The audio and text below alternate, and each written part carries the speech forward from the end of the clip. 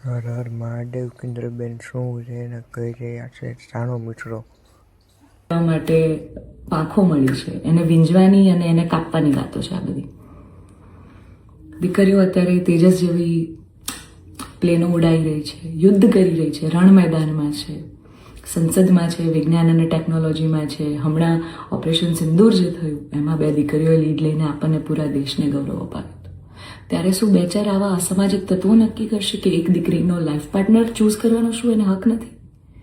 હું બહુ નસીબદાર છું કે મને એવો પરિવારને એવા પિતા મળ્યા છે જે મારી ખુશીમાં ખુશ થાય છે અને મારા નિર્ણયને જે મેં હરખે વધાવી લીધો છે. કારણ કે ઓફકોર્સ હું એક એવા પરિવારમાં જઈ રહી છું કે જે આખો ભક્તિમય પરિવાર છે. બહુ જ પરિવારના લોકો અને મારો પાર્ટનર મને એટલો પ્રેમ કરે છે કે જેમને હું જે છું, જેવી છું, જે પણ છું, મને ખૂબ આદરથી, સત્કારથી એ લોકો સ્વીકારી છે.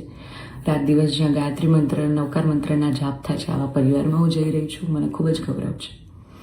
એટલે હું તમામ બ્રહ્મ શક્તિઓ, સમજણી અને શિક્ષિત જે લોકો છે, બાકીના લોકોના મગજમાં નહીં ઉતરે કદાચ આ વાત, પણ જે લોકો શિક્ષિત છે, સમજુ છે, એ લોકોને હું નમ્ર વિનંતી કરું છું કે આવા 2-4 જે અસામાજિક તત્વો છે ને, કે જે દીકરીઓની પાંખોને કાપવાની વાતો કરી રહ્યા છે, પ્લીઝ એને સમાજમાંથી દૂર કરો. નકર આપણો સમાજ ક્યાંયનો નહીં રહે.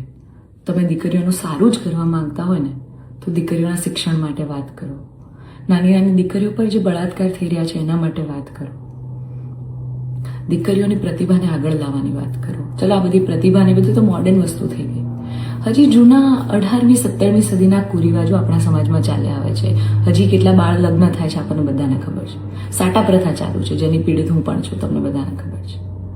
દીકરીઓના પૈસા લેવામાં આવે છે. અલા, દીકરીઓને તમે ઘૂંઘટામાં રાખો છો અને તમે એમ કહો છો કે અમે દીકરીઓનું સારું કહેવા માંગીએ છીએ. એક બાજુ દીકરીઓ તેજસ જેવી ફ્લાઇટો ઉડાઈ રહી છે, આર્મીમાં છે, નેવીમાં છે, અને એક બાજુ દીકરીઓ ઘૂંઘટામાં છે. એના પરથી જ ખબર પડી જાય છે કે ક્યાં કેટલો વિકાસ છે. હું દરેક બ્રહ્મ શક્તિઓને, બ્રહ્મ આગેવાનોને નિવેદન કરું છું, આજીજી કરું છું કે આવા અસામાજિક તત્વોને સમાજમાંથી હટાવો. જેટલા પણ લોકો હવે મારા પરિવાર વિરુદ્ધ કંઈ પણ પોસ્ટિંગ કરશે, કમેન્ટ કરશે, એમના વિરુદ્ધ હું કાયદેસરના પગલાં લઈશ. કારણ કે એક દીકરી તરીકે, બ્રહ્મકન્યા તરીકે, જ્ઞાતિના નીતિ નિયમો પ્રમાણે જ્યારે હું ચાલતી હતી ત્યારે નાતના જ કોઈક લોકોએ મારા પરિવાર પર ચીટ કર્યું, અમને અંધારામાં રાખ્યા. એક દીકરી એક સગપણમાં હોય અને તો પણ બીજી સમાજમાં ક્યાંક લગ્ન કરી લે, તમને 2-2 વર્ષ સુધી છુપાવે, તમને ક્યાંય નહીં.